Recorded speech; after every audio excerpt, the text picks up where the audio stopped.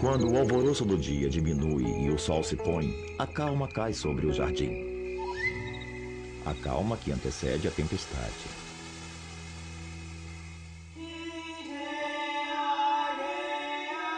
O mundo secreto dos jardins.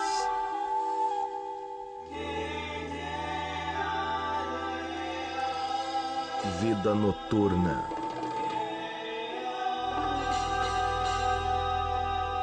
Distribuição Sinapse.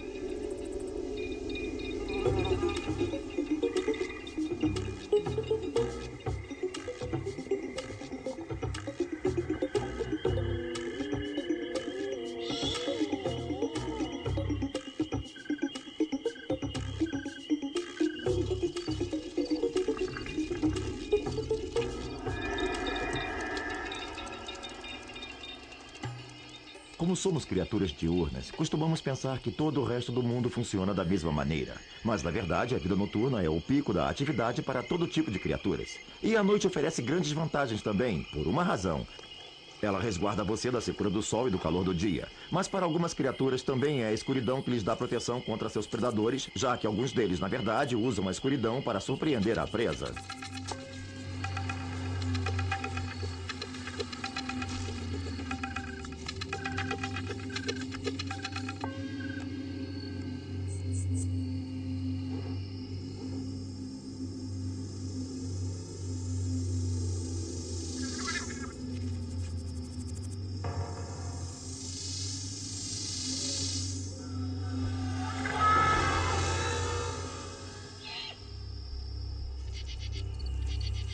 Para aproveitar o melhor do seu jardim, você precisa apreciar as coisas que estão acontecendo ali 24 horas por dia.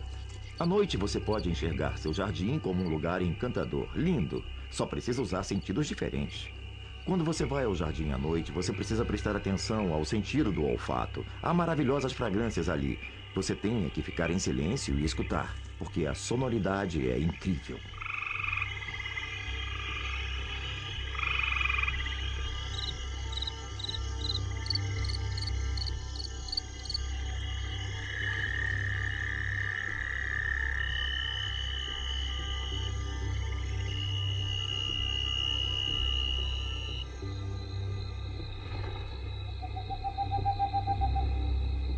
Um grupo de criaturas que talvez não seja tão turbulento quanto outros, mas mesmo assim marca presença à noite, é formado por vagalumes.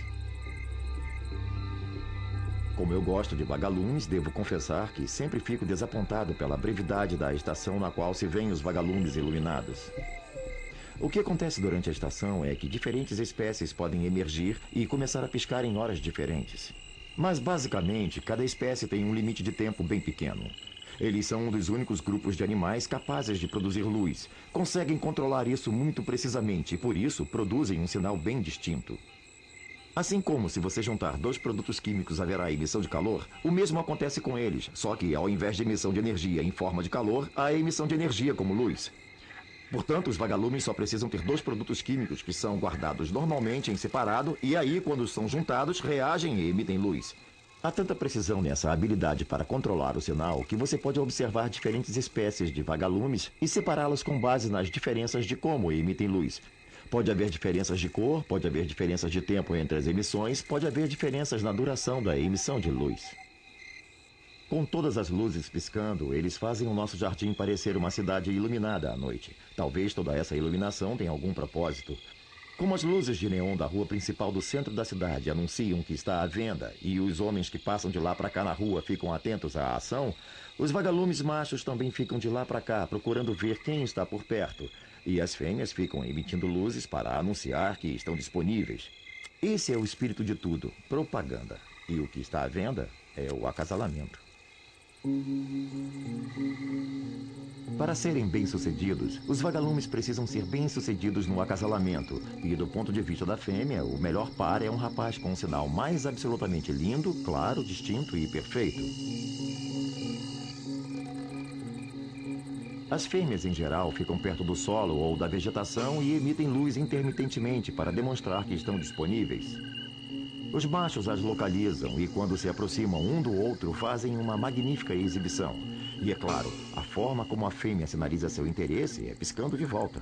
Se um macho pisca, ela pisca de volta. Se ele pisca de novo, ela pisca outra vez. E assim, essa pequena dança é realizada passo a passo, um fazendo a corte ao outro em rápidas piscadas.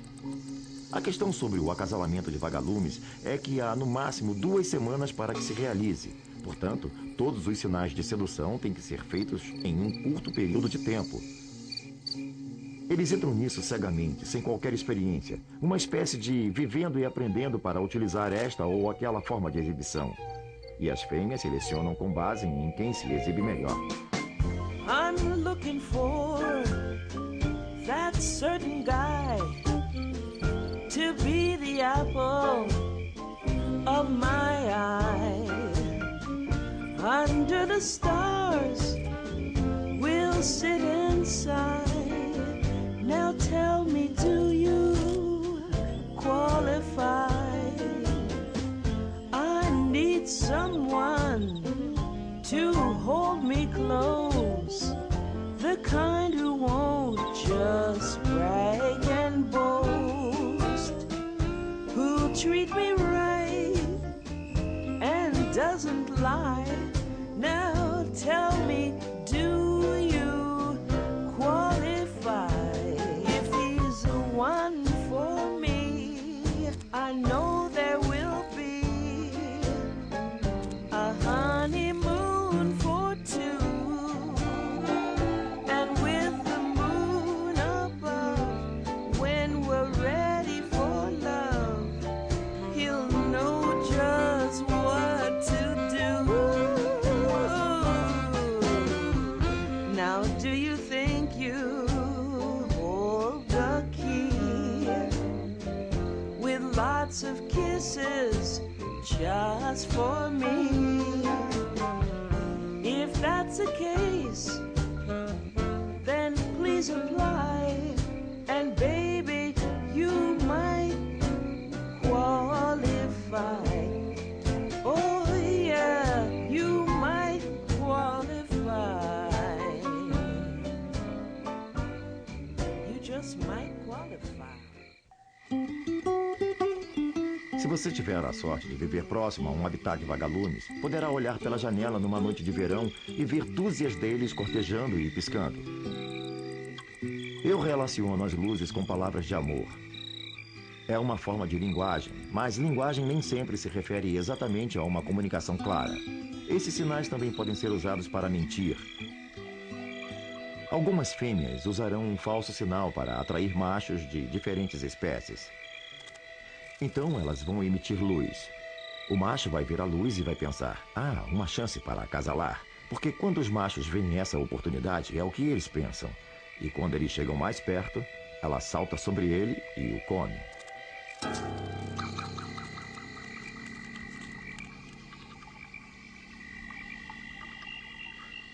Vagalumes usam luzes para explorar a escuridão, mas as possibilidades de sinal visual são muito limitadas à noite. Para as plantas se anunciarem às criaturas, precisam muito mais do que apenas cores berrantes. Fragrâncias também podem ser uma forma muito poderosa de atrair polinizadores em potencial. Os perfumes se irradiam por todo o jardim à noite e os insetos rastreiam a fonte de concentração dessas moléculas de odores para a recompensa do néctar. As mariposas são polinizadoras noturnas de flores, e é por isso que você costuma ver flores se abrindo mais à noite do que durante o dia.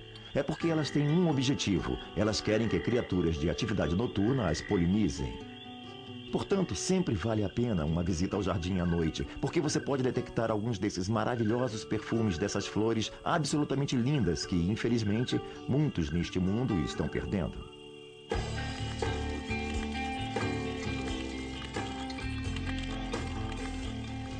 As mariposas passam a maior parte da vida como lagartas, máquinas de comer, abrindo seu caminho pela vegetação, alimentando-se de folhas. Existem bilhões delas por aí mastigando pelo seu jardim. Podem ser ruidosas. Certas noites, quando há uma população grande, você pode ficar ali para ouvir o som da mastigação de centenas de milhares de boquinhas de lagartas comendo. Essa quantidade de consumo faz com que elas cresçam muito rapidamente. E no caso de espécies realmente grandes, como por exemplo, mariposas cecrópia, polifemos e luna, o crescimento se dá numa proporção incrível. Ou seja, você pode acabar com uma lagarta de mariposa enorme, tão grande quanto um charuto, em muitíssimo pouco tempo. E elas têm que comer bastante, é claro, porque precisam consumir nutrientes suficientes para que possam passar pela transformação do estágio de pupa para o estágio de adulta.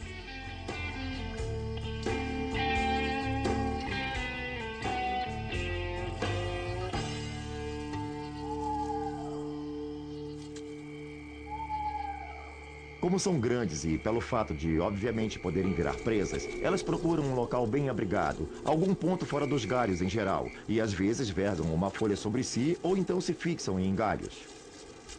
E aí elas começam uma dança incrível de se ver enquanto tecem um casulo produzindo fiadas de seda. Elas movem a cabeça de um lado ao outro e tecem essa fiada de seda em torno de todo o próprio corpo, até que fiquem completamente cobertas pela massa de seda.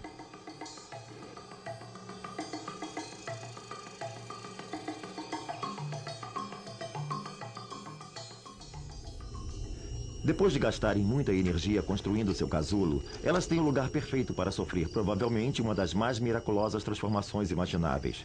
Elas deixam de ser lagartas, uma forma muito específica parecida com a minhoca, desmontam todas as partes numa espécie de fluido e depois remontam todas as partes para se transformar numa complexidade absolutamente bela de uma mariposa adulta. Quando terminam tudo, quando estão finalmente prontas, elas emergem do casulo, abrem suas asas e se tornam uma das criaturas mais bonitas que existem.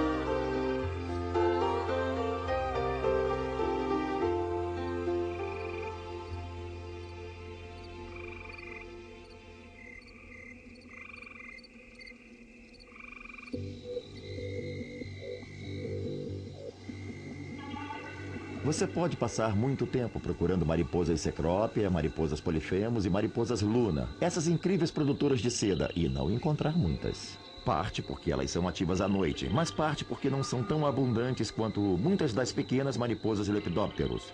Isso cria um problema especial para essas mariposas da seda, porque não sendo abundantes, encontrar um parceiro não é fácil. Não é como escolher numa multidão. Isso significa que o processo de sedução tem que ser bem elaborado. Tem início quando a fêmea emerge da pupa, escolhe um polheiro e começa a expelir uma química chamada feromônio. Esses feromônios atraem para o acasalamento. São compostos muito leves e voláteis que se dispersam rapidamente na atmosfera. São irradiados pela fêmea, que está dando o sinal. Aqui estou eu, venha me pegar. Mas se o macho estiver distante, na hora em que esse feromônio alcançar o macho, que pode estar a quilômetros de distância, não haverá muitas moléculas dançando num metro cúbico de ar.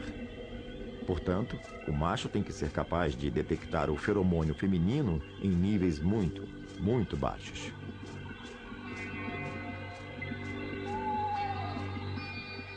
Você consegue identificar o macho da seda e a fêmea da seda porque a antena do macho é enorme. Ele tem uma antena grande, ágil, onde há muitos receptores que podem detectar essas moléculas. Ele pode estar a 2 ou 3 quilômetros de distância, mas pouco a pouco vai se aproximando cada vez mais, seguindo essa concentração gradiente de feromônios até finalmente encontrar a fêmea. Aí ele se concentra nela, perdem 2 segundos se apresentando e acasalam.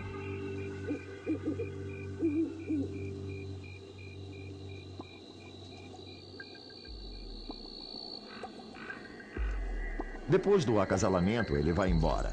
No final da noite, ele morre.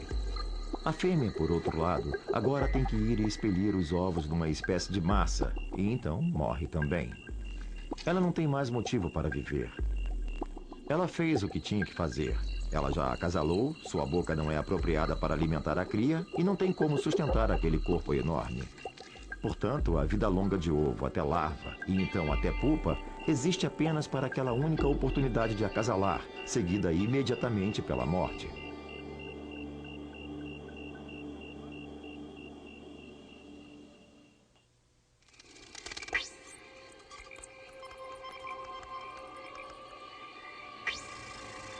Se você sair ao anoitecer, quando ainda existe um pouco de luz, vai ver que o céu está coberto de morcegos.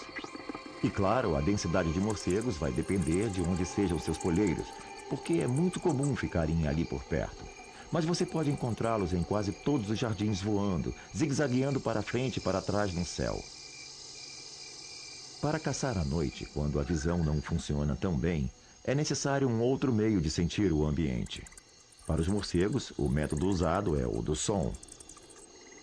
Ao invés de esperar passivamente que o som do mundo os atinja, os morcegos emitem um som próprio de alta frequência, impulsos que se propagam, esbarram nos objetos do ambiente e retornam a eles. É dessa forma que, com precisão, eles mapeiam o mundo como um mundo sonoro e efetivamente procuram a presa.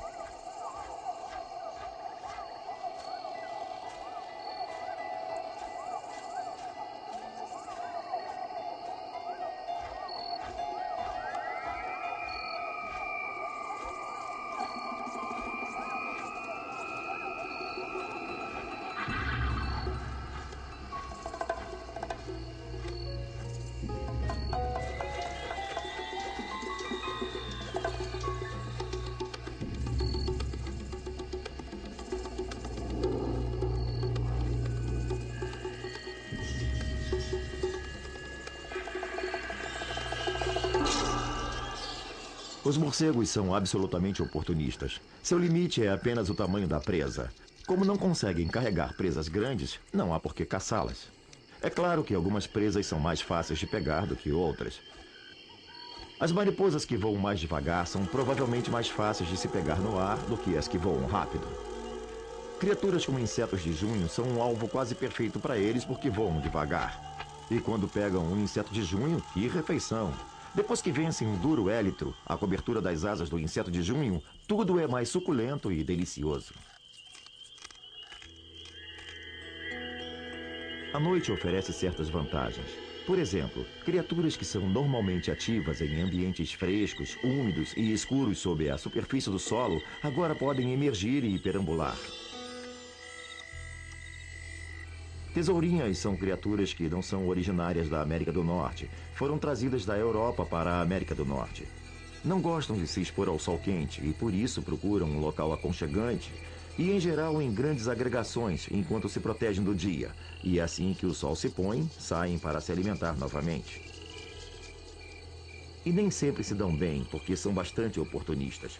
Comem materiais orgânicos em deterioração, mas também comem quaisquer plantas macias e em crescimento. Durante a noite pode deixar seu jardim furado como uma peneira.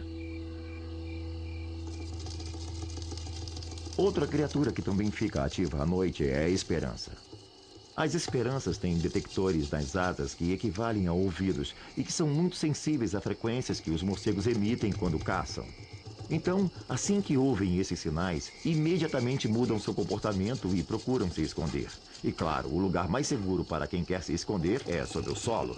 Os morcegos não pousam no solo para caçar, pegam as presas pelas asas.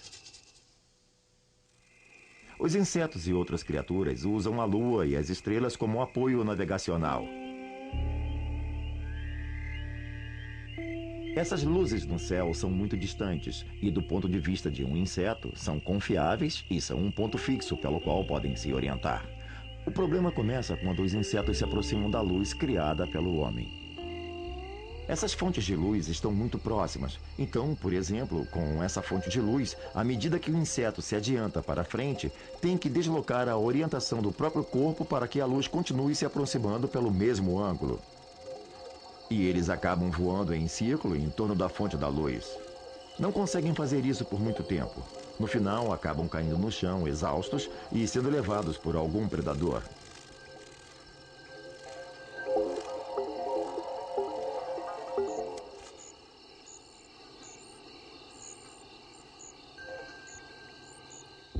Quanto às aves, a vida noturna é o ambiente de observação das corujas.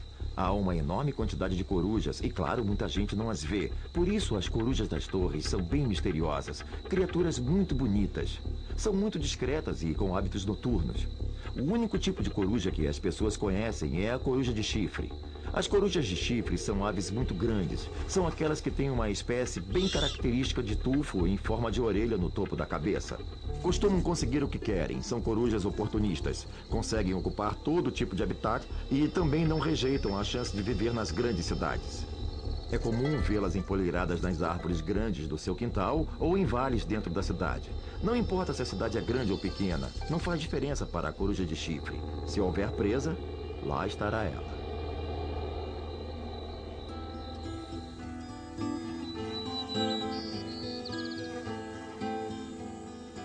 Quando chega o crepúsculo, as criaturas ativas buscam se esconder. Algumas se escondem sob as folhas do chão ou se aconchegam junto à base das plantas, enquanto outras voltam em segurança às suas tocas para esperar o calor do dia.